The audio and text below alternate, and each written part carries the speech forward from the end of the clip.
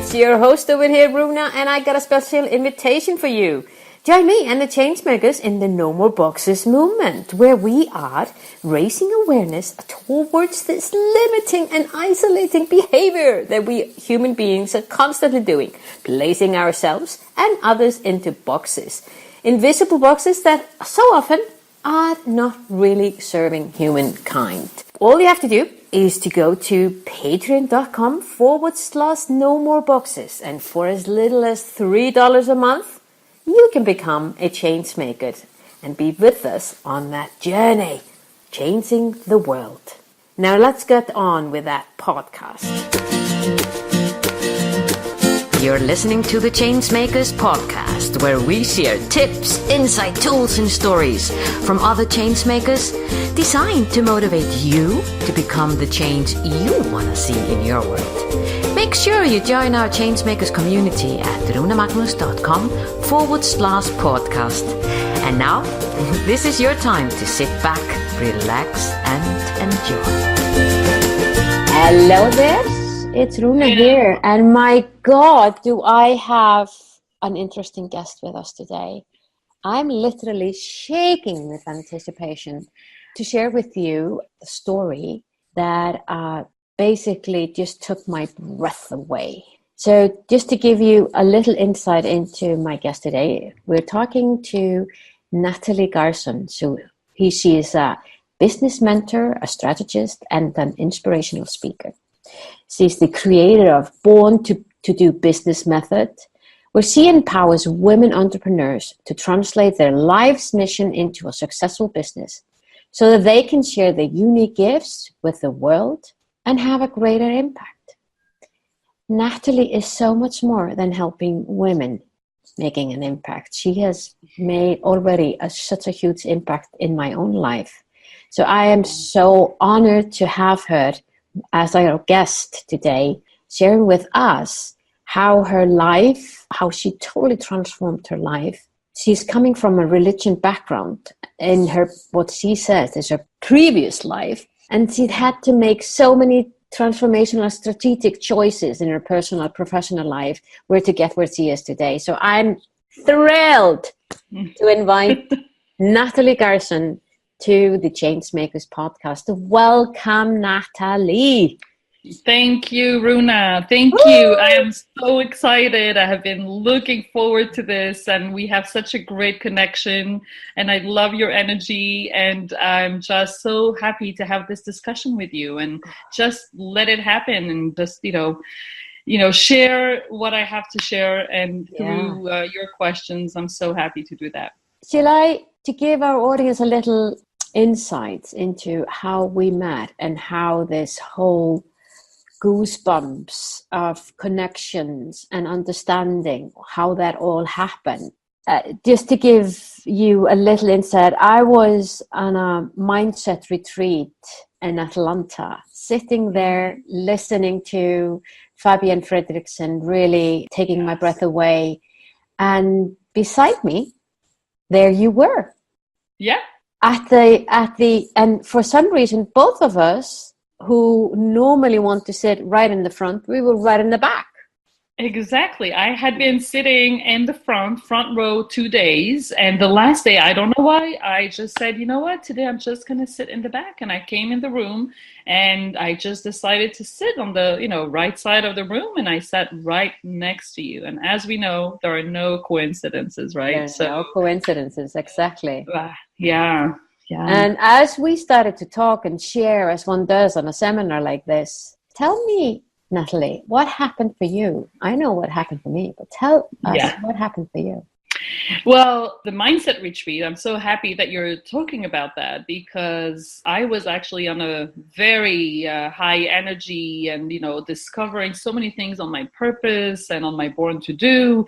And I was all ready to share this with people around me. But then when I sat to you and you started talking to me about the No More Boxes movement, that just was wow, that was just the right timing, the right topic, the right, idea. Everything just blew, because I had been thinking about, like you said, my religious background and how, I am Jewish, as we're going to probably talk about it, and how I felt that part of my mission was also to help people in this culture, in this identity, connect and get out of the boxes. And then I'm sitting right next to you and you're just talking about no more boxes. And I'm like, is this real? Like, is this something, it felt like it was just, just sent from, this is not a sign. This is even more than a sign. This is like, this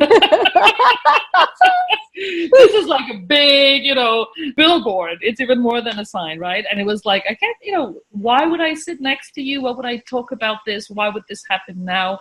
And then since then, the rest is history. I mean, we haven't stopped, connecting. And then I met your partner who has such an incredible story. And then I was like, okay, this is more than meant to be. This is really, and I'm so happy that we have this podcast to talk about it because, we say it's not a coincidence. We say we have a mission, but we have to listen to the signs. And this is a sign for me. So yeah, that's what happened for me. Yeah, I agree with you. It was quite magical.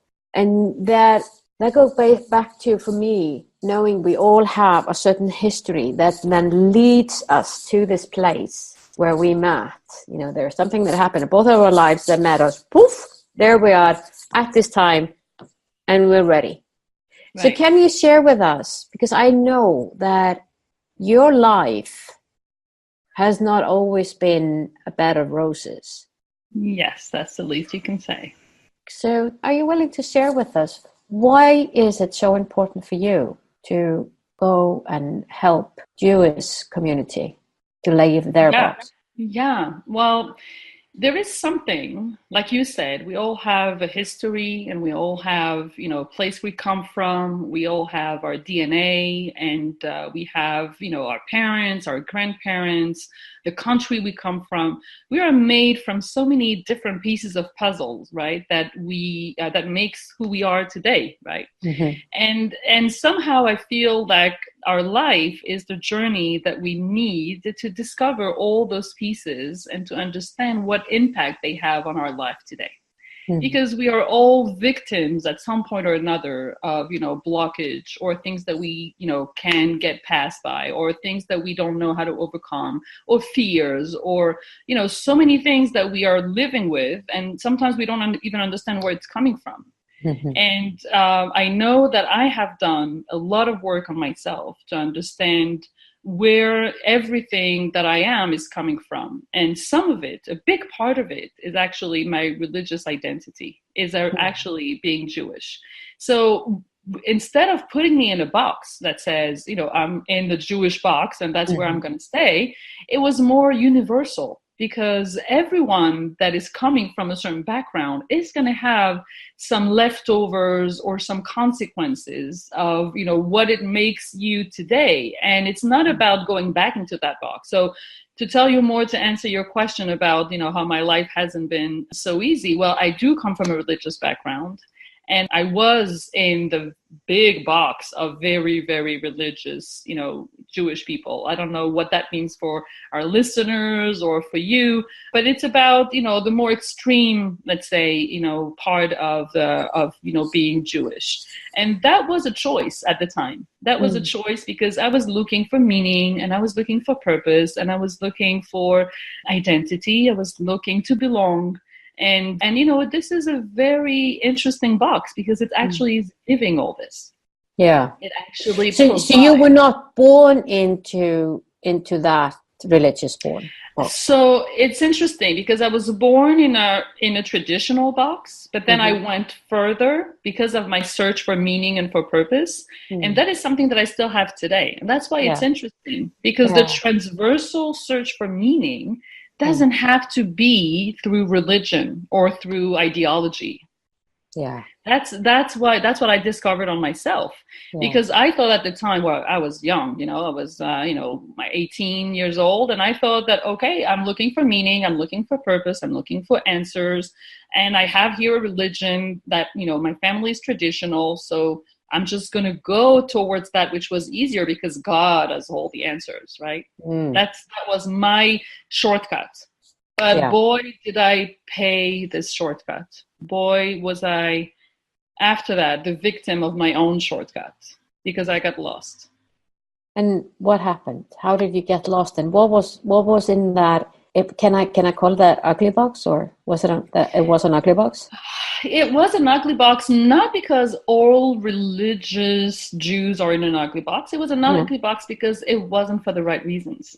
It was an ugly box because I was going into it because I was looking for something. And instead of doing the work of going inside and looking for what I really needed, I just saw a box and said, okay, I'm just going to go in it. Yeah. And the worst for boxes is when it's not the right one. I mean, some people are religious and happy. You know, no one can say. Oh, yeah. I mean, absolutely. It's a choice. Exactly. As long as it's a choice. But for me, it was a fake choice, right? It was a choice, but it was just a shortcut. Yeah, we sometimes say, and in the book, The Story of Boxes, The Good, the Bad, and the Ugly, we are pointing out, like the subtitle is, The Good, the Bad, and the Ugly, that any box can be a good one, it can be a bad one, and it can be an ugly one. And religion can be a really good one when it's serving you, and when it's making you feel even you're part of a group, and but it's really when it starts to hinder you from being who you really are. Yes, exactly. When it turns into a bad or even an ugly one. So tell us, how did, can you share with us, what was your situation? Well, I was, 18, living in France, decided to go to New York because that's where there was what we call a Jewish seminary, which is a school for girls. And I just left everything. I had a boyfriend. I had friends, my whole life was in France, and I just decided to leave everything, break up with a boyfriend that I was 4 years with, and just start a new life, right? Just go into that box of, okay, let me erase everything I was until now and start new, like the newborn.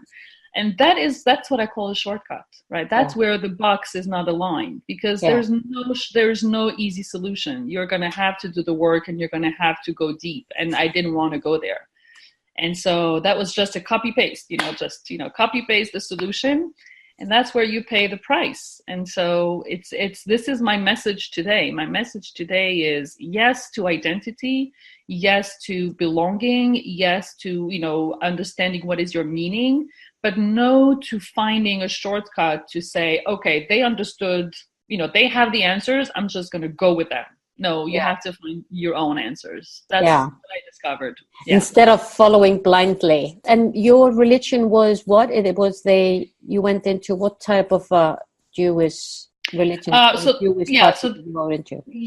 Yeah, so there are many, as you can imagine, there are many different types of, religious, different types of boxes, I would say, within the box, right? And so it was actually a very intellectual and intelligent one. So actually I got lucky, or maybe that was also help that I got, because I didn't get into the ones that were really, really dark and that, could not have, probably, I don't know if I could have gotten out of there. No, the ones that I was in there was really about teaching women, was about, it wasn't extreme within the box of Judaism, but it was still extreme that I had to cut all my ties. And that I had to stop living the life that I was living, right? So I couldn't have a boyfriend. I could go to university, but I had to choose which, subject I could, study, because not everything was allowed. But everything was done in a very smart way with giving reasons. And it wasn't like, you just do it because we're telling you to do it. So in that sense, I was lucky enough. But then, to answer your question on what did happen, I did get married to the wrong person. Well, it's actually, after having worked on this for many years, it was the right person, because he is the father of my children, and I love my children so dearly. And it was meant to happen, right? Because my children are here because of him. So that's why we had to meet. But it was, as if you read in the books, or if you saw in movies, it was a meeting, it was meeting like 7 times with him, and then getting engaged, and then 3 months later being married. So it's like, boom. Wow. Yeah. And that was like an arranged marriage. It was what we call an arranged marriage. I mean, there Yeah. are different on the spectrum of arranged marriage. You have people that don't see Yeah. their, Yeah. okay. So it's not that, right? It's not No. you don't see the person before, but it is that I had a list of things that my husband needed to have, and I was focused on the mission, and this is who I wanted to get married. And as long as he had those things, you were told that you will love your husband later in life, right? Except that, well, sometimes it works, and the people that are brought up in this, in this education and in this mindset, I think they can get to a place where they learn to love their husband. But I was coming from a different place, so it wasn't aligned with me. Except that I didn't know that, so I was my worst enemy. It's not even talking about the system. Right? The system can be right for some people, but are you aligned with the system? Are you in the right, life that you're choosing for yourself? Or are you just following because it's easy, because it's just preventing you from doing the work? So here, I'm not even saying it's because of the system. Some people do get married like that. I have friends that get married like that, and they're very happy, and it's fine for them. But it wasn't fine for me, because I didn't look inside. Yeah. So you are, after meeting your husband for 7 times, and then 3 months later, you get engaged, and then 3 months later you get married. I'm assuming that at first it was all fine and dandy. Well, this is why my story gets interesting, and this is also why I think that I have to share it. Yes, please. Because because it's not about complaining or talking about me being a victim. It's about taking a totally normal girl of 18 or 20, and in half a year even changing her life into a nightmare. Oof. Yes. And sometimes I think that the nightmare was here to give me a kick in the butt, to say, you know what, we're going to make it really bad so that you're not going to have a choice to look inside and to make those decisions. Wow. Because if it would have been average, then I would probably be still married with kids and, live that lifestyle, which was not for me. But, universe sent me someone that didn't know how to use words and used his hands instead. Oh. Yes. It's heavy. Yeah.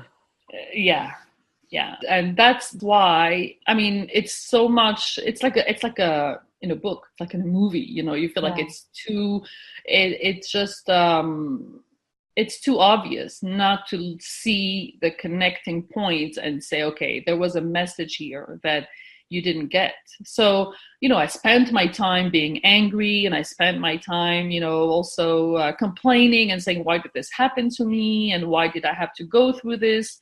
But luckily today, and I think that's why I can talk about it, and that's also why I'm writing my book, is that luckily today I have the distance, and I can look at my life and I can see that those events happen for a reason. And instead of having to go through it the hard way, which is, getting kicked in the butt, how about, looking at your life and looking at who you are and making the choices that are aligned with who you are before you have to go, through all those wrong paths. Yeah, exactly. That's the question. And at the time, as you're a young woman, you have 2 children, you're in an abusive relationship that is holding it tight to some, can we say, is that accepted within the community that women can be abused? Or I'm just asking because really I hope that I'm not asking on a question that is not appropriate, but I'm asking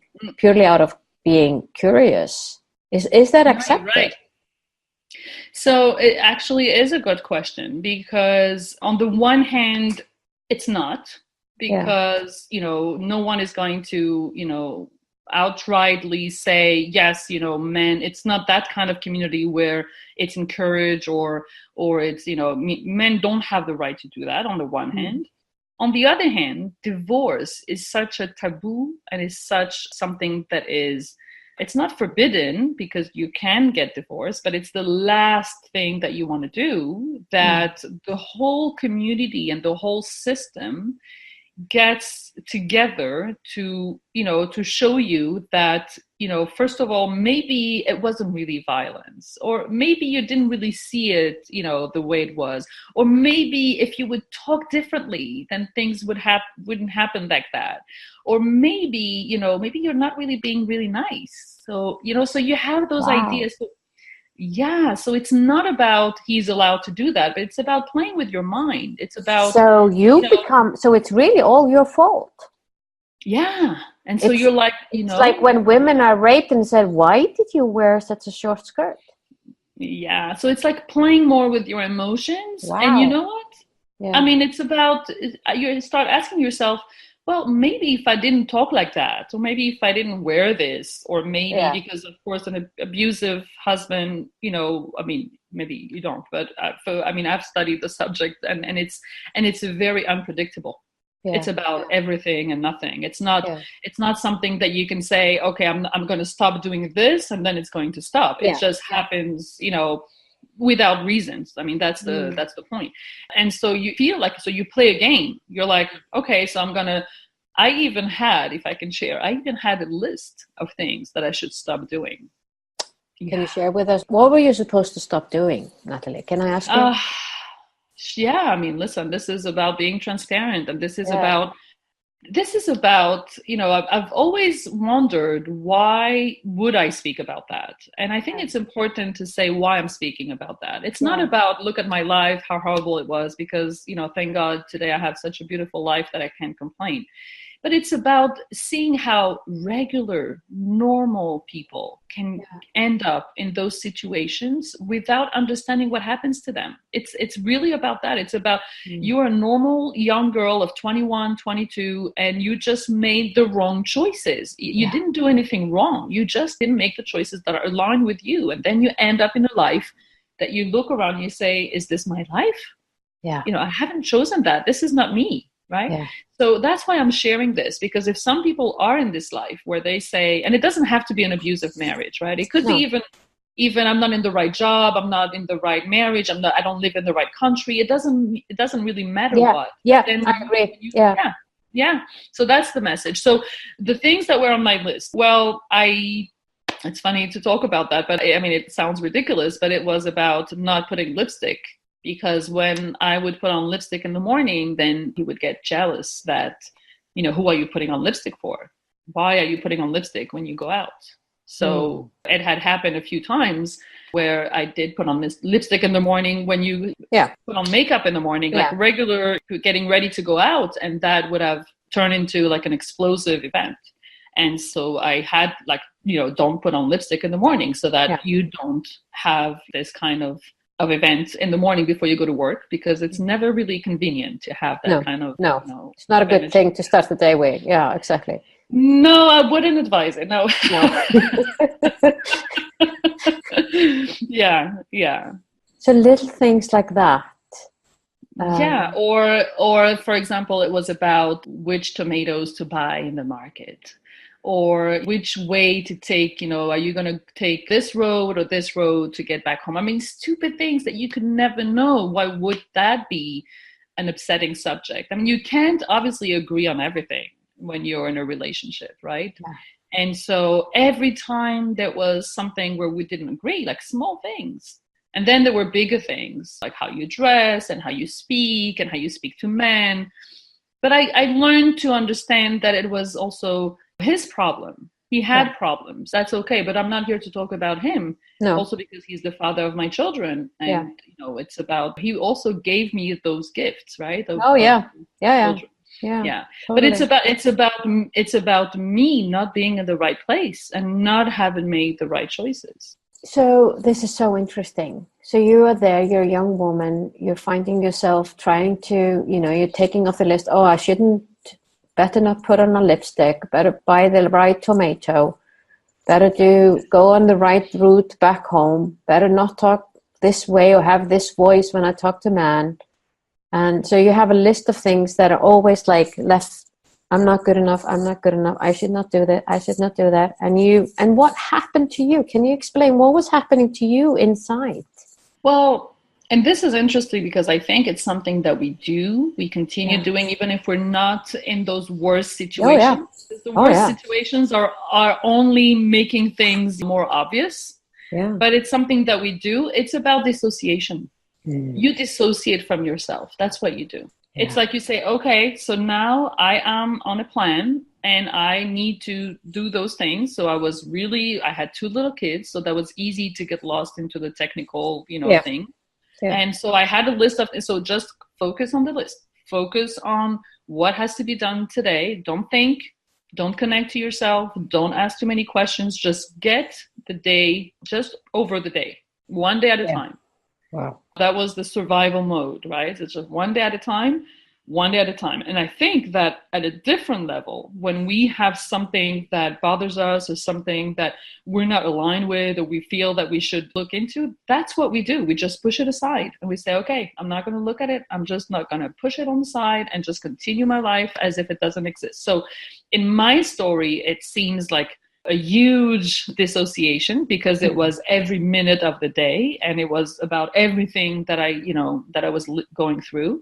But I think that we do it also on a smaller scale, on other things that we don't want to look at, or on things that we don't want to connect to, or how we don't connect to ourselves before we make decisions, and how then there are some consequences to that. Yeah. And that is so true. I think we can all relate to that in one way or another. We don't even have to be in an abusive circumstances to see that exactly. So was it a one particular thing that made you wake up, or were there several things that made you think, okay, now I just can't do this one day at a time with my list. I have to step out. It's interesting that you're asking this question, because I've asked myself many times, what made me, I actually stayed in this marriage for 3 years, just enough time to have 2 kids, which I'm so grateful that I have today. And then I asked myself many times that question, like, what made me, because we all hear those stories of abused women that stay for 20, 30, even never go, right? Never leave. Yeah. And then it went back to when I started asking for help. It wasn't obvious in the beginning, because in the beginning, I, remember seeing myself taking the phone book, looking for, I was in Los Angeles at the time, and, didn't know, I wasn't from there, so didn't know really anyone, couldn't talk about it to anyone because, people shouldn't know, because I forgot to say that my husband was a rabbi at the time. I was the wife of a rabbi giving lessons to the community. So I was teaching. So we had this position where I couldn't go out on the street and say my husband is abusive. I mean, it was unheard of, right? Yeah. And so I had to do it I have to be very discreet about it. So I just took a phone book and went to see a therapist, because that's what I knew. I said, okay, I'm going to go see a therapist. But in the beginning, my goal was to see a therapist so that she could help me stay in the marriage. Yeah, wow. That was really, because I had 2 little kids and I couldn't see myself. Yeah, how can I adapt? Yeah, so I just said, I'm going to find someone that is going to help me. I'm going to go see her every week. She's going to help me stay in the marriage. She's going to teach me how. And so I went to this therapist, and after half an hour of listening to my story and things that I'm not saying here because we don't have to make a horror movie here. Yeah. She was with her hands on the phone with calling a shelter. She was like, you need to go to a shelter right away because you cannot go back to this place. And I was like, no, you don't understand. I'm here because I want to stay with my husband. And I have 2 kids. It's their father. And this is my decision. I need to stay. She was like, I can't help you. I need you to get out of there before. So I wasn't even aware of how dangerous the situation was. Yeah. Wow. And so I said, you know what? You're not getting me. I'm going to go look for another therapist. So I go see another therapist. Same story again. She says, we have to call a shelter. We have to get you there. And I'm like, no, you're not getting it. This is not what I want. And I go to a third therapist. Yes, this is true story. And then the third therapist, I say, listen, I'm going to tell you a story. If you tell me that I need to leave my husband, I'm not going to come back. So it's your choice, but just know that this is what's going to happen. So you need to help me. Now, this therapist, and that's to answer your question, was really, really smart, because she said, okay, she took on the challenge. She said, okay, you're going to come here every week, and we're going to discuss and see how we're going to be able to help you stay in your marriage. But really what she started doing was working on my self-worth. She was very smart, because she actually understood here that I needed to connect to myself, that I needed to see myself the way no one else can tell me you're not worth that.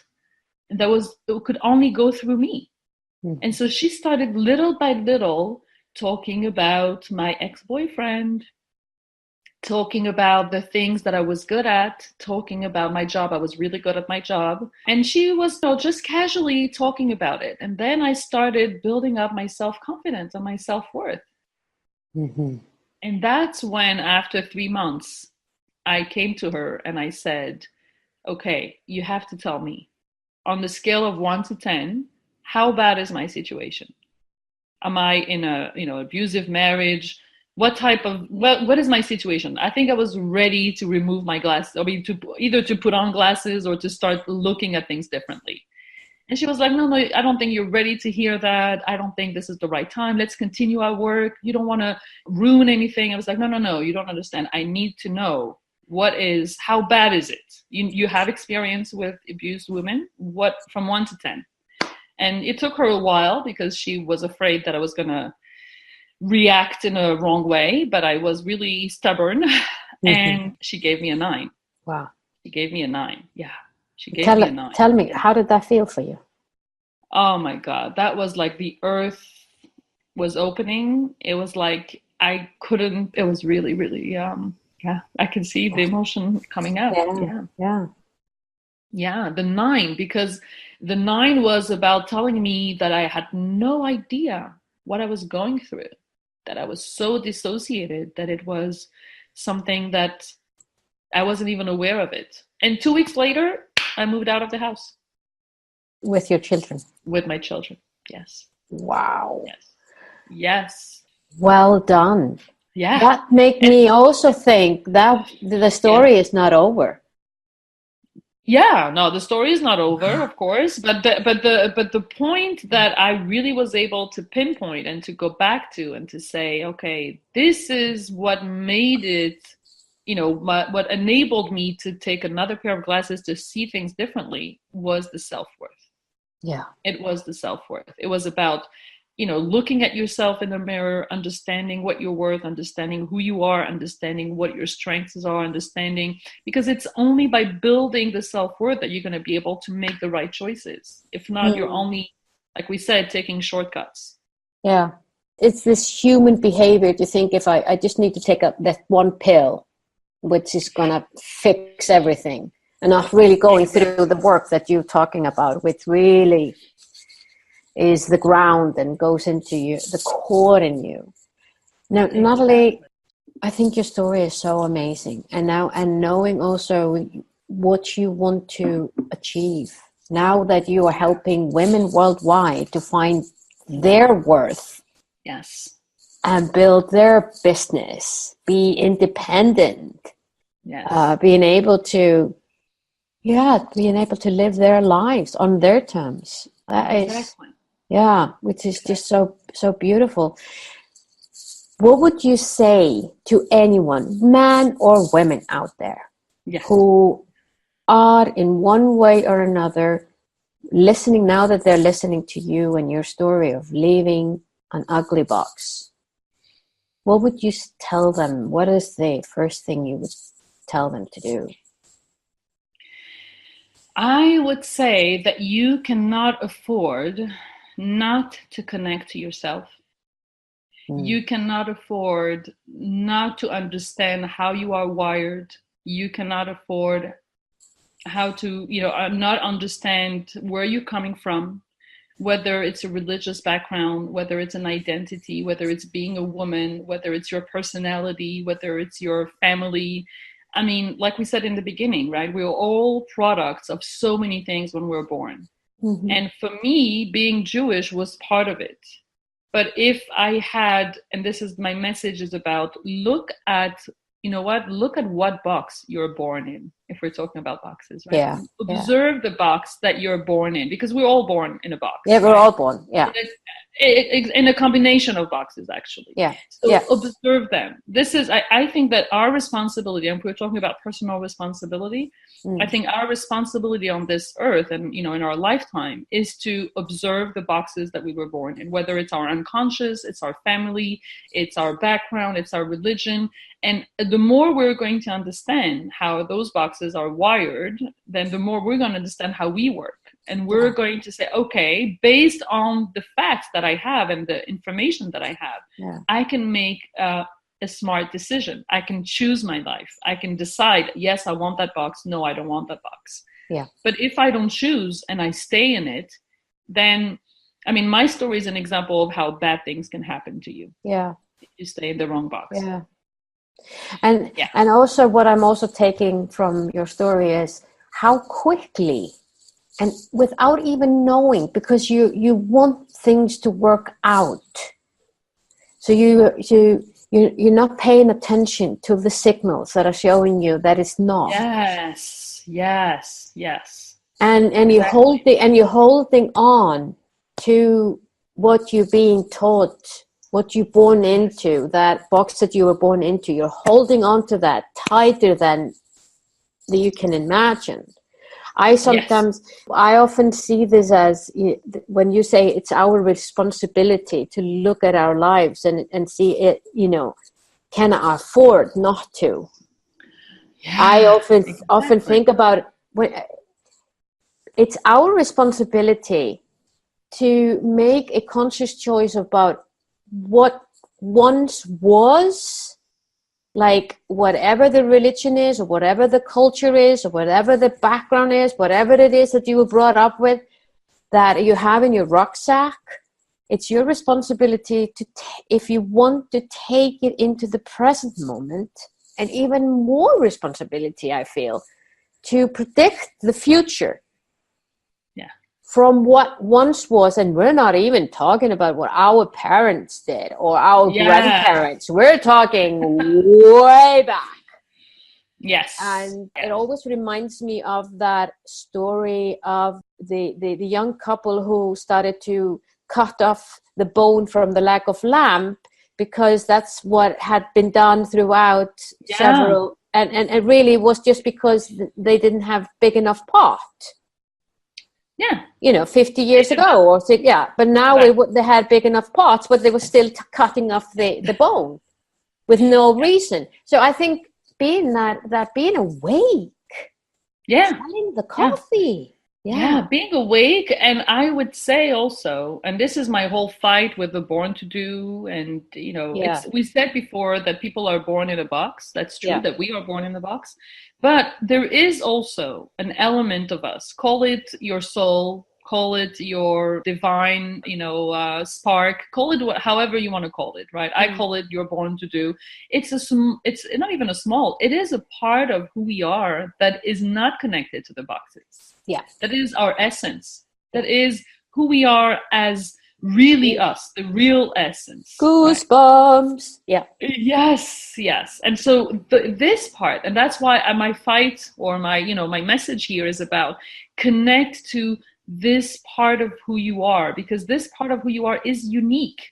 It's unique. It's you. And it could be that you were born in the wrong box, and then you have to take your soul or you're born to do and get it out of there. But if you don't connect to who you are, and if you're just an addition of boxes, then you're going to get lost, because the only job I feel that we have to do, because we're given everything in the beginning, the only job we have to do is to connect to our real essence. Once we connect to our real essence, then we see the map, we see the way, we see the road. But like you said, it's scary. It's scary, because are we going to let go of everything else? Are we going to be alone? Are we So yes, it's about the courage to believe in who we are and are in the essence of the word, and to connect to that, and to say, okay, when I'm connecting to my born to do, when I'm connected to my soul, when I'm connected to my purpose, where is this part of me telling me to go? that's the courage. That's the courage of the decision. That's the courage of the choice, of looking inside and choosing as a consequence. And that is, I feel, because my life is like a caricature, right? It's like it happens so fast, and I have so many, like every 3 years there were something else happening, right? Because of course you said it's only the beginning, right? Yeah. And I'm like, okay, this life didn't happen by chance. There is something here. There is it's touching so many aspects of so many people's lives that I have to do something with it. And that's what I'm doing now with you, because you're interviewing me, with writing my book, with the work that I'm doing, with helping, women, and also a few good men, like Fabienne would say, right? Mm-hmm. That connecting to their born to do, connecting to who they are, connecting to their purpose. And it's my job. It's my mission. Yeah. It's my mission. And what we were talking about, the mindset retreat, what came really clear to me was that my mission was also connecting Jewish people with their identity without necessarily connecting it to religion. We can be connecting to an identity without making it something that you have to do, or someone that has to tell you what to do, or being in the wrong box, like you say, right? Yeah, exactly. Being who you are, no matter what. Yes. Natalie, this has been so interesting, so insightful. Thank you so much for sharing your profound story to me and our audience. Wow. All the information about Natalie is on our show notes, and I encourage you to contact her directly for any more information. She's an amazing woman. Thank you, Runa. It was a pleasure and it was an honor for me. And I know that this would not have happened without you. So thank you. Thanks.